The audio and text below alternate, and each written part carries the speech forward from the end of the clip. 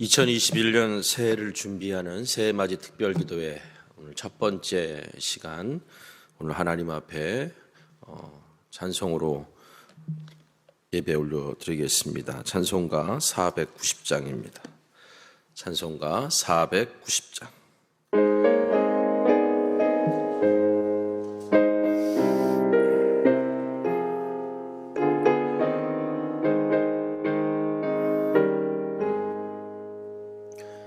주여 지난 밤 내 꿈에 배었으니 그 꿈 이루어 주옵소서.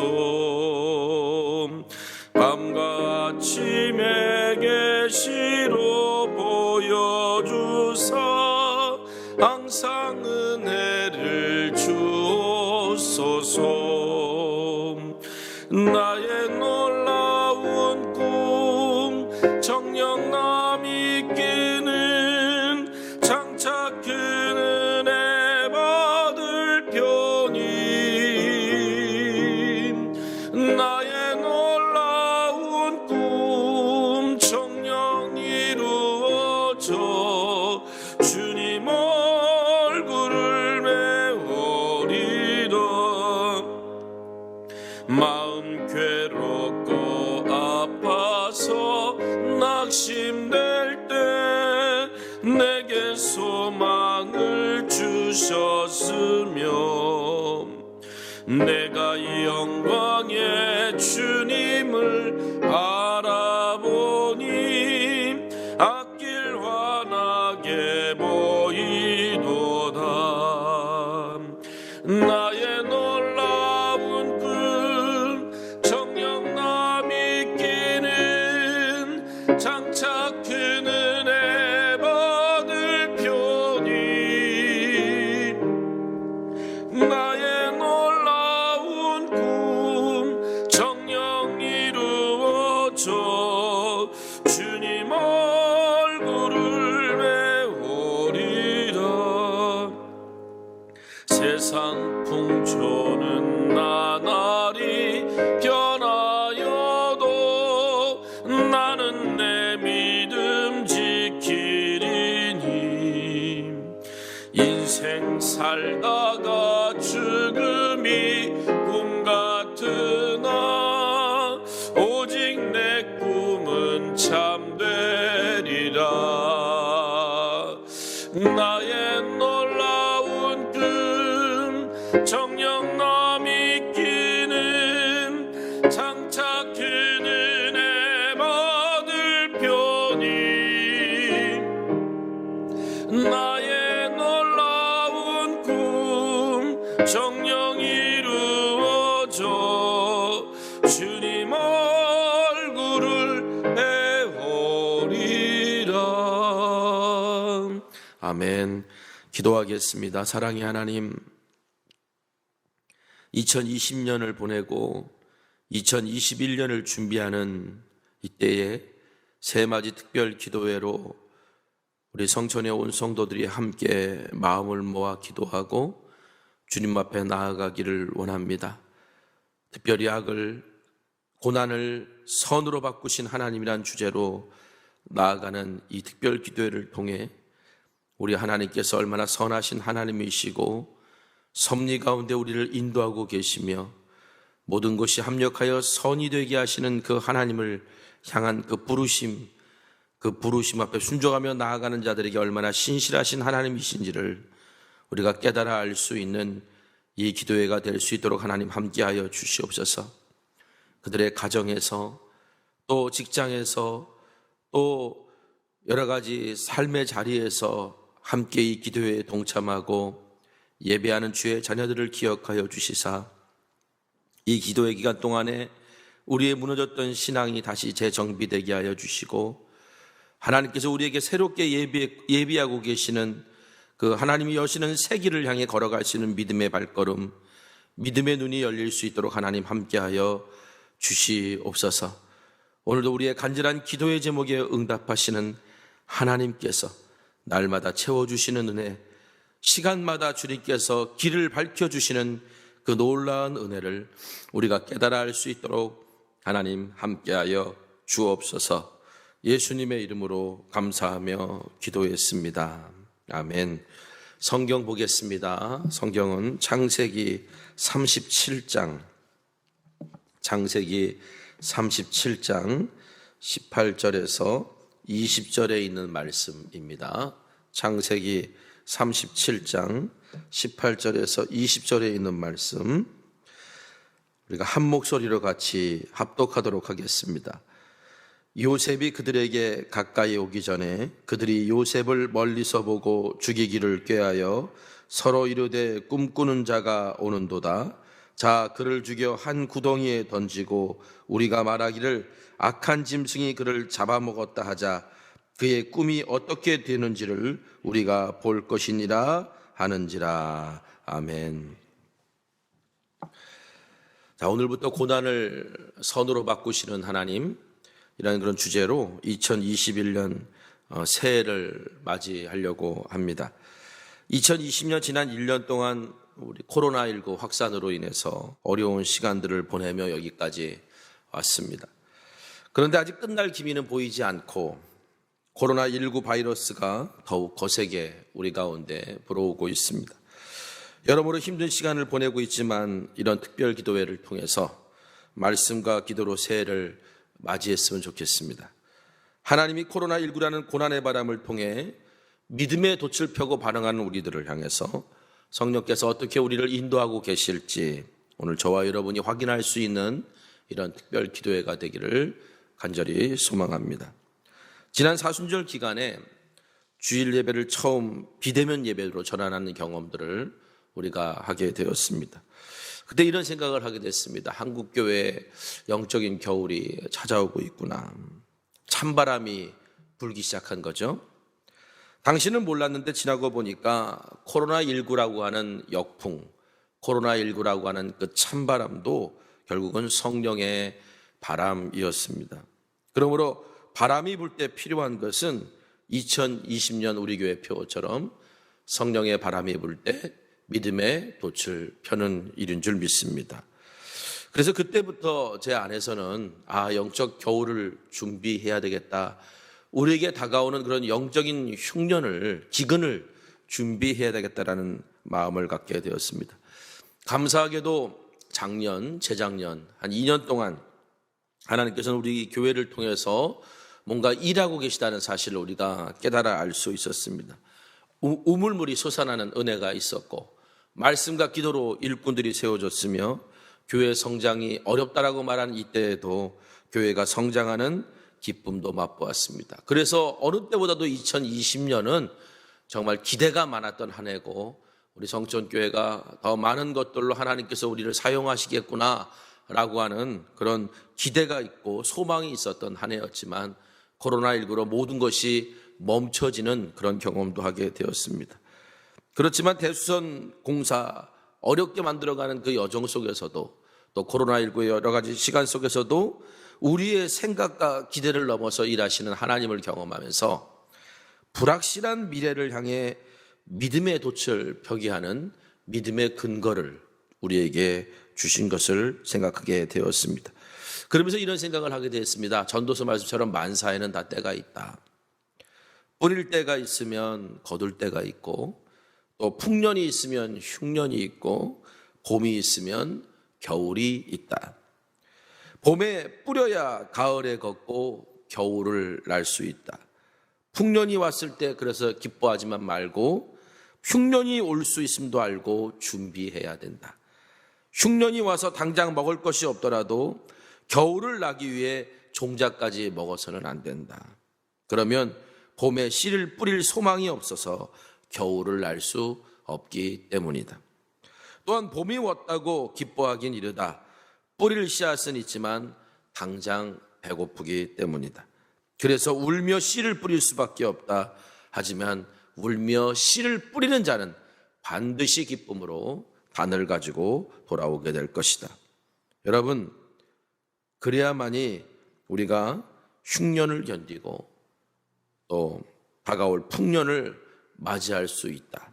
이런 생각들을 하게 되었고요. 그러면서 떠오른 것이 바로 떠오른 사람이 요셉이라는 사람이었습니다. 요셉은 그의 인생의 풍년과 흉년을 최소한 2번 이상은 경험했던 사람입니다. 요셉은 야곱의 12 아들 중에 11번째 아들로 태어났습니다. 야곱에게는 4명의 부인이 있었지만 야곱이 사랑했던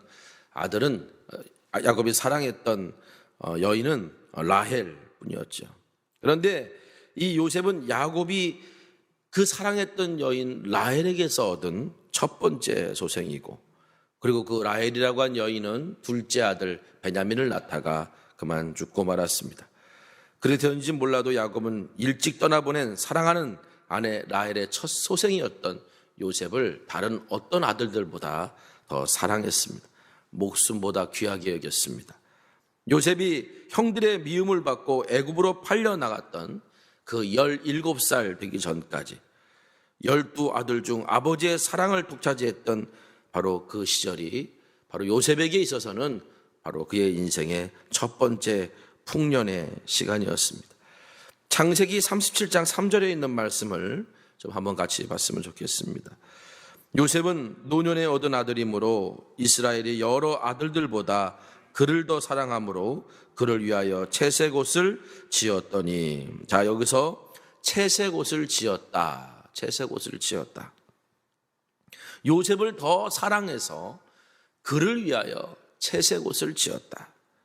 자, 여기서 채색옷은 소매가 길고 그리고 발목까지 그 옷깃이 닿은 화려한 옷을 의미했습니다. 이런 옷은 일할 때 입는 옷이 아니었어요. 만일 이런 옷을 입고 양을 치라고 하면 밍크 코트를 입고 공사장에서 일하라 라고 하는 것과 똑같은 그런 어떤 일할 때는 어울리지 않는, 어떻게 보면은 주인이 입는 옷, 또 장자가 입는 옷, 이런 옷이라고 우리가 생각할 수 있을 겁니다. 그래서 요셉의 형들은 추운 어떤 들판에서 양을 치며 헤맬 때 17살 요셉은 아버지 곁에서 편안한 시간을 보냈습니다.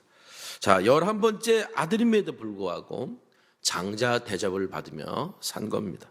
자, 이런 아버지의 행동을 다른 아들들은 받아들이기 어려웠고 요셉도 그 형들 앞에서 지혜롭지 못한 행동을 합니다. 창세기 37장 2절의 말씀 보니까 야곱의 족보는 이러하니라. 요셉이 17세의 소년으로서 그의 형들과 함께 양을 칠 때에 그의 아버지 아내들 빌하와 실바의 아들들과 더불어 함께 있었더니 그가 그들의 잘못을 아버지에게 말하더라. 자, 요셉이 형들의 잘못을 아버지에게 알려주는 역할을 했다는 거예요.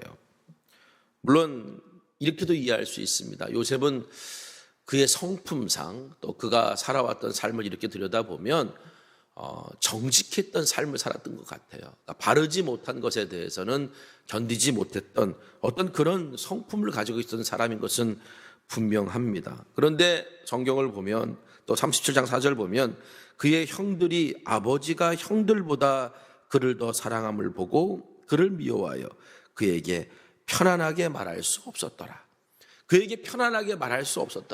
형들이 요셉을 편안히 대할 수 없을 정도로, 어떻게 보면 요셉이 조금 더 지혜로울 수 있었을 텐데, 지혜로웠으면 그렇지 않았을 텐데, 요셉은 형들을 향해서도 어떻게 보면 지혜롭지 못한 행동으로 미움을 키운 그런 모습도 있을 수 있습니다. 물론 1차적인 원인은 아버지 야곱의 편애예요. 그런데 아버지의 사랑을 독차지하는 아들로서 형들을 향해 배려할 수 있는 지혜, 그 사랑을 조금 나눌 수 있고 형들의 마음을 헤아릴 수 있는 그 배려가 있었으면 요셉의 인생에 그렇게 큰 고난은 찾아오지 않지 않았을까, 이런 생각을 해보게 되면서 요셉에 대한 아쉬움과 안타까움을 좀 발견할 수 있게 됩니다. 그런데 이런 가운데 형들에게 더 미움을 사는 일들이 벌어지게 되었습니다. 다름 아닌 그가 꾼 꿈 때문에, 자, 요셉이 어느 날 꿈을 꿨어요. 형들의 곡식단이 자신의 곡식단에 절하는 그런 꿈이었어요. 이런 꿈을 꿨으면 조금 마음에 품고 좀 기도하면서 어떤 하나님의 뜻이 있을까 좀 생각해 봤으면 좋았을 텐데, 오히려 요셉은 이것을 가지고 그 꿈을 형들에게 이야기하는데, 자 6절 말씀 보니까 요셉이 그들에게 이르되 청하건대 내가 꾼 꿈을 들으시오, 이런 표현을 씁니다. 내가 꾼 꿈을 들으시오. 마치 아주 당당하게 자랑하듯 형들에게 말하는 것을 보게 돼요. 그래서 8절 말씀 보면 그의 형들이 그에게 이르되 내가 참으로 우리의 왕이 되겠느냐, 참으로 우리를 다스리게 되겠느냐 하고 그의 꿈과 그의 말로 말미암아 그를 더욱 미워하더니, 오히려 요셉은 자기가 하나님께 주신 그 꿈을 설명하는 그 과정을 통해서 형들에게 더 미움을 받는 그런 어려운 일들을 경험하게 됩니다. 그런데 요셉이 또다시 실수를 하죠.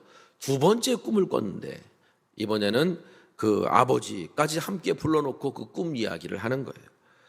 요셉이 형들에게 두 번째 꿈도 아마 비슷한 태도로 이야기하지 않았을까. 형님들, 아버지 내가 꾼 꿈을 좀 들어보세요 라고 하면서 마치 자랑하듯 얘기하지 않았을까.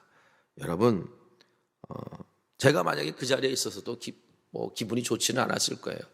가뜩이나 11번째 아들 요셉이 아버지의 사랑을 독차지하면서, 그래서 자기들이 뭔가 잘못을 하면 아버지에게 고자질하고 이런 동생으로 미워하고 있었는데, 그가 꾼 꿈 자체가, 아니 자기들이 부모님마저도 자기에게 절을 하는 꿈이라니, 아마도 형제들이 봤을 때도 또 제가 그 자리에 있었더라도 기분이 썩 좋지는 않았을 겁니다. 자, 그런데 이런 질문이 생겨요. 그렇다면 정말 요셉이 그 꿈의 의미를 몰라서 그런 말을 했을까? 아닙니다. 요셉은 아주 똑똑했던 사람이에요. 그리고 그의 꿈의 의미도 분명히 알고 있었어요. 형제들의 곡식단이 자기의 곡식단에게 절할 때는 형제들에게만 그 꿈 이야기를 합니다. 그런데 해와 달이 또 11별이 자기에게 절하는 꿈을 꿨을 때는 아버지도 불러놓고 그 꿈 이야기를 하는 걸 보게 돼요. 이 얘기는 뭐냐면 요셉이 그 꿈의 의미가 무엇인지를 어느 정도 알고 있었다라는 거예요. 자, 그런데 이 두 번째 꿈 이야기를 했을 때 아버지 야곱이 화를 버럭 냅니다. 그런 이야기 함부로 하지 말라고. 아마 야곱이 이렇게 화를 낸 이유 중에 하나가 다른 아들들이 마음이 불편하게 여기고 또 마음에 미움과 시기가 있는 것을 아마 눈치채서 그렇게 얘기했을지는 모르겠습니다. 그래서인지 몰라도 오늘 성경에 보면은 창세기 30장 11절 말씀 보면 그의 형들은 시기하되 그의 아버지는 그 말을 간직해 두었더라 라고 말하고 있습니다. 형들은 시기했지만 아버지가 그 말을, 비록 그 아들을 혼냈어도 간직했다는 걸 보면 아버지도 그 꿈의 의미가 정확히 뭔지는 몰라도 의미 있는 것이 아니었을까 생각했던 것 같습니다. 문제는 요셉은 이 꿈 때문에 형들의 미움을 받게 되고, 그리고 마침 어느 날 아버지의 심부름으로 양을 치러 갔던 형들을 찾아 나갔다가 봉변을 당하게 됩니다. 멀리서 오는 요셉을 보면서 형들이 서로를 바라보며 이렇게 말합니다. 오늘 읽었던 본문 19절 20절에 서로 이르되 꿈꾸는 자가 옳은도다. 그를 죽여 한 구덩이에 던지고 우리가 말하기를 악한 짐승이 그를 잡아먹었다고 하자 그의 꿈이 어떻게 되는지를 우리가 볼 것이니라 하는지라. 자, 오늘 성경은요, 요셉이 고난을 당하는 직접적인 원인, 그 원인이 바로 요셉이 꾼 꿈 때문이다라고 하는 것을 우리들에게 말해주고 있습니다. 여러분, 꿈이라고 하는 게 그래요. 꾸고 싶다고 꿔질 수 있으면 얼마나 좋겠습니까? 근데 꿈이라는 것은 내가 꾸고 싶다고 그렇게 꿔지는 것이 아니죠. 특별히 요셉이 꿨던 꿈은 하나님이 주신 꿈이었어요. 자, 그런데 문제는 요셉도, 그리고 형제들도, 그리고 아버지도 그 꿈의 의미를 정확히 알지 못했습니다. 그래서 요셉은 하나님이 주신 꿈을 마치 엄청난 특혜라도 받은 것처럼 자랑했고, 형들은 그 꿈을 듣고 저 자식 또 저런다고 그러면서 시기하고 미워했고, 야곱도 그 사실이, 그 의미가 무엇이 정확히 몰라서 그저 마음에 담아 두었을 뿐입니다. 하나님의 섭리라는 게 그래요. 그 당시는 깨닫지 못할 때가 많습니다. 아니, 잘 깨달을 수 없는 게 하나님의 섭리예요.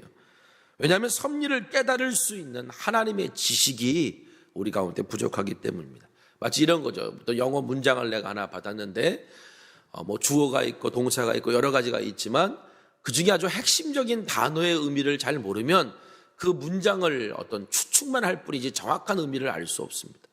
그 단어를 배우고 그 단어의 의미를 정확히 깨달아야 그 문장을 제대로 번역할 수 있듯이 하나님의 섭리도 똑같다라는 거예요. 하나님의 섭리도 어떻게 보면 내가 그 하나님을 아는 지식과 경험이 있어야만이 하나님이 나를 지금 어떻게 인도하고 계시는지를 우리가 더 분명히 알 수 있다는 거예요. 그래서 하나님의 섭리는 내가 가지고 있는 어떤 지식, 내가 지금까지 가지고 있는 이 경험으로만 해석되는 것이 아니라 지금까지 몰랐던 하나님 경험을 통해 하나님의 섭리가 깨달아지는 거예요. 내가 지금까지 이런 하나님인 줄 몰랐어요. 그런데 그 하나님인 줄 이제 깨닫게 됐어요. 그걸 통해서 이게 하나님의 섭리였구나 라고 하는 것을 지나고 나서야 알게 된다는 거예요.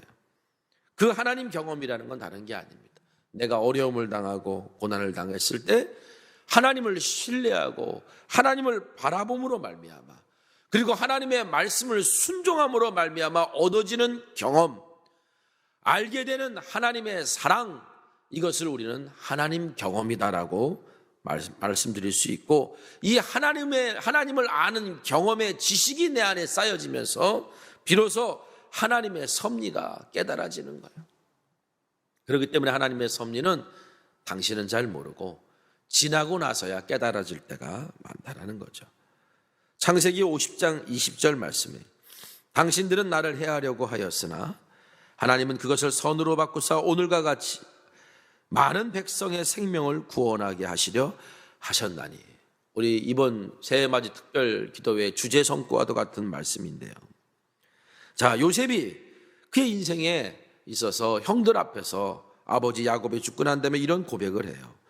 나의 인생에 찾아온 고난이 있었는데 그 고난은 어떻게 보면 당신들이 나를 해하려고 했던 악에서부터 시작되었지만 그러나 하나님께서 그것을 선으로 바꾸셨다. 그래서 내가 이렇게 애굽의 총리 높은 자리에 오를 수 있었다. 그런데 이것이 끝이 아니라 많은 백성의 생명을 구원하게 하시려고 하나님께서 나에게 결국은 이런 고난을 주신 것을 지금 와서 깨달아지고 지금 와서 고백할 수 있다라고 하는 이 고백을 요셉이 하는 거예요. 하나님의 섭리를 지나고 나서 깨닫게 되는 거죠.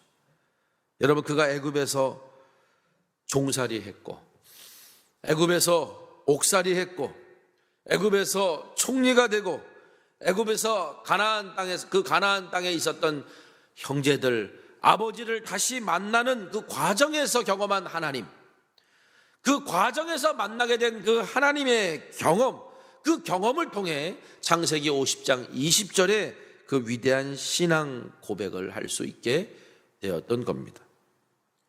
그러니까 여러분, 지금 처한 현실을 여러분의 경험과 지식만 가지고 너무 속단하지 마시기 바랍니다. 자, 뜻대로 지금 내가 잘 되고 있다, 너무 좋아하지 마시기 바랍니다. 내가 지금 너무 힘들고 계획대로 되는 게 아무것도 없다, 너무 낙심하지 마시기 바랍니다. 내가 이제 어떤 계획을 세웠고 그 계획대로 잘 이루어질 것이다, 너무 자신하지 마시기 바라고, 할 수 있는 것이 아무것도 없다, 여러분 이렇게 생각하고 포기하지 마시기도 바랍니다. 잘 되든 안 되든, 성공했든 실패했든, 꿈이 있든 없든 우리에게 주어진 상황 속에서 이렇게 기도하시면서 하나님을 알아가는 경험을, 내가 경험하지 못했던 하나님을 더 알게 되는 경험이 있기를 기도하실 수 있기를 바랍니다. 이렇게 기도하십시오. 이 일을 통해 하나님을 더 알기를 원합니다. 이 일을 통해 내가 하나님을 더 경험하기를 원합니다. 이 일을 통해 하나님을 아는 지식이 더 많아지기를 원합니다. 여러분, 요셉의 형들은요, 마음으로만 키워왔던 동생 요셉에 대한 미움과 시기를 결국은 현실로 옮기는 죄를 저질러요. 자, 자기들이 이제 양을 치고 있는데 저 멀리서 동생이 오는 걸 보여요. 동생이니까 금방 알아봤을 수도 있죠. 미워했던 사람이니까 더 금방 알아볼 수 있을지도 모르겠어요. 자, 그런데 무엇보다도 동생을 금방 알아볼 수 있었던 것 중에 하나가 뭐냐면 동생이 입고 있는 옷이었을 거예요. 채색 옷. 자기들과는 다른 옷. 아버지의 편애의 상징. 어떻게 보면 나는 이렇게 살고 있는데, 나는 이런 일들을 하고 있는데 쟤는 아버지한테 저렇게 사랑받고 있어라고, 마치 저 어린아이가 장자 대접받고 있어, 11번째 아들이 장자 대접받고 있어 라고 하는 그 불편하게 만들었던 그 채색 옷이 저 멀리서부터 이제 보이기 시작했을 때 형들의 미움은 더 커졌을지 모르겠습니다. 그래서 형들이 계획을 세웠어요. 서로 뭐라고 말하냐면, 야, 요셉이 오면 죽이자. 죽여서 아버지한테는 짐승이 잡아먹었다고 얘기하고, 그리고 구덩이에 던져버리자. 자, 그들이 이런 계획을 세우면서 하는 말이 있습니다. 20절 하반절에 그의 꿈이 어떻게 되는지를 우리가 볼 것이니라. 그가 꿈자랑했잖아. 우리가 자기에게 절한다라고 그런 꿈을 꿨다고 얘기했잖아. 자, 우리가 그를 죽여서 구덩이에 던져놓으면 그의 꿈이 어떻게 될까? 죽으면 끝인데 집같이 것이 아무리 꿈을 꾸고 자기가 아무리 아버지의 사랑을 받은들 우리가 자기에게 절하는 일이 과연 생길까? 요셉의 형들은 요셉이 꾼 꿈을 시기했고 자신들의 손으로 요셉의 꿈을 헛된 꿈으로 만들고자 했습니다. 자, 그런데 요셉을 죽여서 구덩이에 던지는 게 아니라 구덩이에만 던져놔두고 우리가 손에 피는 묻히지 말자. 장자 르우벤이 동생을 살리려고 하는 목적으로 그렇게 말을 하고, 그 말에 설득당해서 다른 형제들은 그럼 요셉을 죽여서 구덩이에 던져서 우리의 손에 피를 묻히지 말고 그냥 구덩이에 던져서 죽게 하는 쪽을 선택하자, 이렇게 자신들의 계획을 또 수정을 합니다. 자, 이때 요셉의 형제들이 깨닫지 못했던 것이 있어요. 요셉을 죽여서 구덩이에 던지고 요셉의 꿈이 어떻게 될지 보자라고 당당하게 말했던 그들의 계획은 처음부터 어긋나고 있었다라고 하는 사실입니다. 자신들도 모르게 요셉의 꾼 꿈대로 일이 이루어지고 있다는 사실을 그들은 깨닫지 못했던 거예요. 아니, 하나님께서 당신의 요셉에게 보여주신 꿈대로 하나님께서 그 꿈을 이루고 계시다는 사실을 그 요셉의 형제들은 미처 몰랐던 겁니다.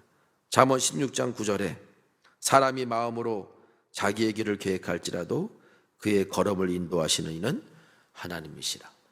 어디 그의 꿈이 이루어지는지 보자. 그들이 그런 계획을 세우며 하나님의 계획을 가로막으려고 했지만 하나님께서는 그들이 자신이 눈치채지 못하게 계획을 바꾸셔서 요셉의 생명을 구원하시고 하나님의 꿈을 이루시는 계획을 만들어 가고 계셨다는 사실이죠. 요셉이 17살 되던 어느 날 아버지의 사랑을 독차지해왔던 인생의 풍년이 끝나고 이제 13년의 긴 고난의 흉년이 찾아오게 되었습니다. 요셉은 그 흉년을 과연 견딜 수 있을까요? 요셉은 다시 그 인생의 풍년을 다시 만날 수 있을까요? 이 답은 요셉이 그에게 찾아온 인생의 고난, 인생의 흉년, 그 절망의 구덩이를 어떻게 보내느냐에 달려 있습니다. 이제 앞으로 열흘 동안 형제들이 말했던 요셉의 꿈이 어떻게 되는지 보자, 이런 부정적인 의미가 아니라 하나님께서 요셉을 통해서 어떻게 그 꿈을 이루시는가를 보자, 우리가 믿음의 눈으로 긍정적인 의미로 오늘 말씀을 바라보고 우리가 이 열흘의 시간 동안을 통해서 하나님이 우리를 통해 어떻게 일하시는지를 확인할 수 있는 저와 여러분 되시기를 바랍니다. 저는 기도합니다. 이 특별 새벽 기도의 기간을 통해 내가 지금까지 알지 못했던 하나님을 경험하고 지금까지 만나지 못했던 하나님을 아는 지식이 우리 가운데 쌓아져서 오늘 우리에도 인생의 순간순간마다 하나님은 이런 하나님이셨습니다 라고 하는 신앙의 고백을 드릴 수 있는 그런 저와 여러분이 되시기를 간절히 소망합니다. 어려운 때를 보내고 있는 이 때에 오늘 우리가 함께 붙들고 기도해야 될 말씀을 여러분들에게 소개합니다. 호세아서 6장 1절에서 3절에 있는 말씀입니다. 오라, 우리가 여호와께로 돌아가자. 여호와께서 우리를 찢으셨으나 도로 낫게 하실 것이요 우리를 치셨으나 싸매어 주실 것입니다. 여호와께서 이틀 후에 우리를 살리시며 셋째 날에 우리를 일으키시리니 우리가 그의 앞에서 살리라. 그러므로 우리가 여호와를 알자. 힘써 여호와를 알자. 그의 나타나심은 새벽빛같이 어김없나니 비와 같이 땅을 적시는 늦은 비와 같이 우리에게 임하시리라 하니라. 여호와를 알자. 힘써 여호와를 알자. 고난을 선으로 바꾸시는 하나님, 실패를 성공으로 바꿔주시는 하나님, 역전시켜 주시는 그 하나님을 만나는 이번 특별 기도의 기간이 되기를 간절히 소망합니다. 우리 찬송가 490장 3절 한 절만 찬송하시고 우리가 함께 말씀 붙들고 기도하기를 원합니다. 세상 풍조는 나날이 변하여도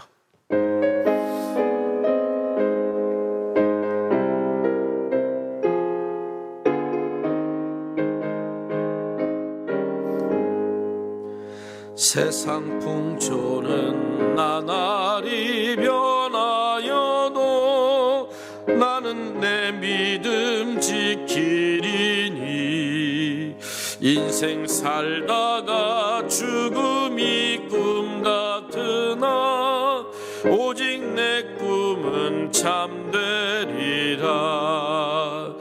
나의 놀라운 꿈 정녕 남이 끼는 장차 큰 은혜 받을 편이 나의 놀라운 꿈 정녕 이루어져 주님 얼굴을 메우리라. 오늘 말씀 붙들고 기도할 때 살아계신 하나님, 내가 알지 못했던 하나님을 만나는 경험, 하나님 오늘 나에게 주어진 이 상황 속에서 하나님을 더 알게 하여 주옵소서. 우리 함께 기도하시겠습니다. 기도합니다.